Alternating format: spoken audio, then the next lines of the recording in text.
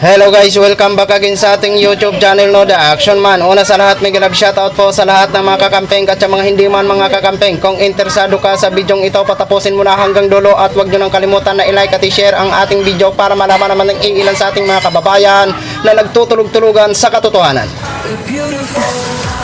So muli naman nagbabalik ang nag-iisa nyong host na si The Action Man para magbigay ng komentaryo at reaction sa mga mainit ng issue ng bayan. So ito ho mga ka-action, mga kakamping, no, may gusto lang po ako na i-share sa inyo. Good news po ito mga ka-action. Ito po ay latest update sa pahayag ni SOJ Remulla ho mga ka-action, na kung saan sinabi sa isang statement o sa isang pahayag ni Remulla na ang kaso ni Kibuloy at ang kanyang mga kasamahan ay isasalang na ho mga ka-action. At sabi pa ni Remulla mga ka-action na nakakita ho sila sa isang kaso na napapanagutan ho talaga ni pastor at ang kanyang mga kasama. At ito nga po ang nagreklamo na dati pa daw 17 anyos ho mga ka-action. Yun ang nakitaan nila na parang may pananagutan ho talaga ito si pastor at ang kanyang mga kasama. At ito nga po ang isa sa mga isasalang ho nila na kaso, ito yung child abuse ho mga ka-action. At ito na ho, kaya po nila isasalang ito mga ka-action agad-agad habang wala pa ang extradition. Yung extradition na yun yung siguro yung galing sa US ho mga ka-action. Kaya isasalang na nila, baka kasi bago pa nila isalang at dumating na ang extradition, baka isipin na hinaharangan ang nasabing extradition. Kaya ito ang naging decision agad-agad ni Remulla mga ka-action na kailangan isalang na habang wala pa ang extradition. Kaya good news po ito mga ka-action, no? Hindi naman natin ito ikakatuwa, pero kailangan ho talaga managot ito si pastor kung mapatunayan ho mga ka-action. So ito po, pakinggan po natin at panoorin ang statement ni SOJ Remulla. Ngayon po ay meron kaming i-anunsyo lamang. Ang anunsyo po namin ay isasalang na ang kaso laban kay Pastor Apollo Kibuloy at sa kanyang mga kasama for child abuse under 7610. Of course, merong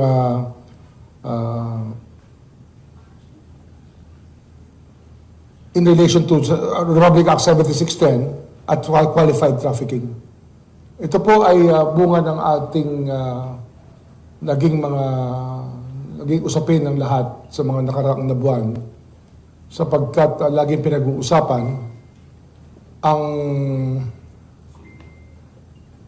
issue ng extradition at napag-isip-isip po ng aming departamento na marahil tingnan muna natin ang ating sariling bakuran kung ating pong titingnan ang extradition. At habang may kaso pa hong nakabinbin dito sa atin, sa aming luklukan dito sa ating departamento, marahil mabuti ng ating pag-aralan at desisyonan ng matuloy na, kung matutuloy, ang anumang bagay na dapat desisyonan po ng departamento. Ang problema kasi nito, pagka nagkaroon na ng extradition at saka namin ipa-file ang kaso, baka sabihin na hinaharang namin na extradition. At mabuti na ho na magkaroon din ng hustisya, yung humihingi ng hustisya, sapagkat napakatagal na panahon na po ito nangyari. Ang krimen po ay nangyari 10 years ago. At ang itong kasong to ay dumating sa departamentong ito. Kailan ba ito? 2000? 11 crime.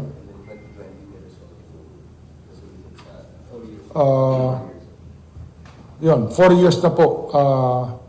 Ito nakabinbin dito. At yung isa't kalahating taon nga ay sa ilalim namin. Kaya pinag-aralan namin ng gusto at ang lumalabas talaga rito ay meron talagang kailangang panagutan si Pastor Apollo Kibuloy at ang kanyang mga kasama sa isang complainant po, sa isa pong nagre-reklamong nung panahon na yun ay menor de edad, 17 anyos nung nangyari po ang krimen. Kaya yun po yung aming ibinabalita sa inyo. Ito po'y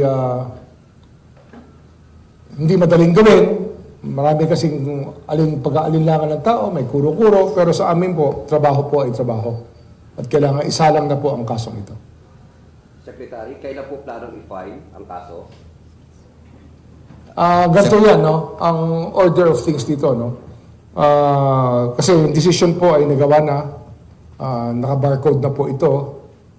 Ang kailangan po ay dalhin muna ito sa Davao at utusan ang sabihin sa City Prosecutor ng Davao na i-file ang kaso at alinsunod dito dahil meron pong dalawang krimen na naganap dito. Yung isa pong krimen naman ay qualified trafficking na dapat naman i-file dito sa Pasig. Kaya hindi ho simpleng kaso ito. Ngunit dahil nga sa mga salita na magkakagulo, magkakaroon ng ibang pag-alsa pag meron pong nangyayari sa mga sinasabi ng ibang mga tao, ay minabuti ko rin pong sulatan at mamaya pipirmahan ko ang sulat sa Korte Suprema, ngunit hindi pa pwede ipadala sapagkat ito'y pwede lang ipadala pag nakafile na ang kaso na ilipat sa Maynila ang kaso nitong rape in relation to 7610, bali sexual exploitation of minors at qualified trafficking. Dapat sa Maynila na i-hear. So sequential po yan, kailangan po ay ma-follow yung order. Sir, clarification. Ito po ay desisyon dun sa petition for review, tama po ba? Yes, sa petition for review. Tumbak po yun.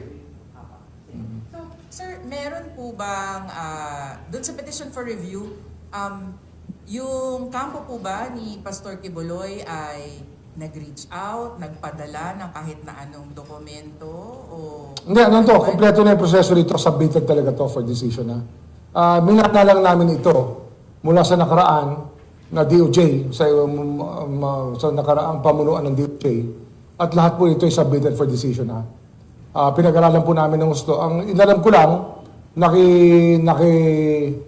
tinanong ko lang po kung may nakakakilala sa abogado para malaman kung talagang nais pa talaga nilang ituloy ang kaso sapagkat hindi po madaling kaso ito. Baka mamaya naka-move on na yung tao, hindi niya talaga pursue.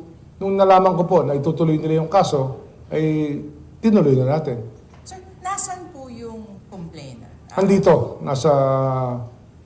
nasa kanyang kinilalagyan na taguan sapagkat ang nalaman ko rin na ilang araw nakaraan na siya po'y inaalagaan talaga, ang pinangangalagaan ng kanyang mga abogado. At sapagkat itong pangyayaring ito ay napakahirap ispilingin. No? Hindi ho ito simpleng kaso at marami hong pananakot na maaaring maganap. At yung mga salitang pinararating sa atin ng abogado nila na magkakagulo daw pagka nagkaroon ng kahit anong pagbatikos o kaya paghuli. Ngunit kinakailangan talagang gawin ang dapat gawin. Mabigat po ito sa kalooban natin na papatol tayo sa ganitong kontrobersiya sa init ng lahat. Ngunit kailangan po natin gawin ang dapat gawin. So yun na ho mga ka-action, mga kakamping no, napakinggan na po natin ang statement ni SOJ Remulla. Okay, good news ho yan mga ka-action. Diba? Isipin mo ha, 4 years na ang isang kaso na pending sa kanila mga ka-action. At salamat naman at bubuksan nyo na uli ang nasabing kaso.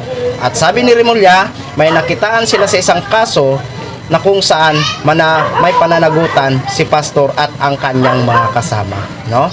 So, ito na po. Tamang-tama po 'yan. Nang sa ganun malaman naman namin na wala kinikilingan ang batas, di ba? Ngayon lang siguro mangyari na ang isang maimpluwensyang tao ay hindi kikilalanin ng batas natin kapag nagkasala ay dapat managot. At good job po 'yan, Remulla. Yan po ang hinihiling namin. Maging patas ang batas. Mahirap ka man, mayaman ka man, maimpluwensyang tao ka man, pagulungin ang batas at pananagutin ang dapat pananagutin. Ang sino man nagkasala, ang hinahangad natin ay dapat maparusahan. Kaya sa balitang yan, mukhang mabibigyan na ng hustisya ang biktima o ang mga biktima Kaya bukas mga ka-aksyon, abangan din natin kung ano din ang maging resulta sa pandinig bukas, kung bukas ba ay a-attend si pastor o hindi. Kasi bukas po ang pandinig ho mga ka-aksyon sa Senado mga ka-aksyon. Kaya aabangan ho natin itong mainit-init na issue ho mga ka-aksyon. So, ang hangad lang naman natin dito kung sino po ba talaga ang nagsasabi ng totoo at kung mapatunayan na ito si Pastor Kibuloy ay may ginawang kasalanan, dapat ho talaga maparusahan at managot si Pastor. Diba mga ka-aksyon? So, yun lang muna mga ka-aksyon. No? Gin-share ko lang ho sa inyo. Maraming salamat po sa ating mga viewers, Luzon, Visayas at Mindanao all over the world. Ako po ang inyong lingkod, si The Action Man. Good evening, everyone. Beautiful.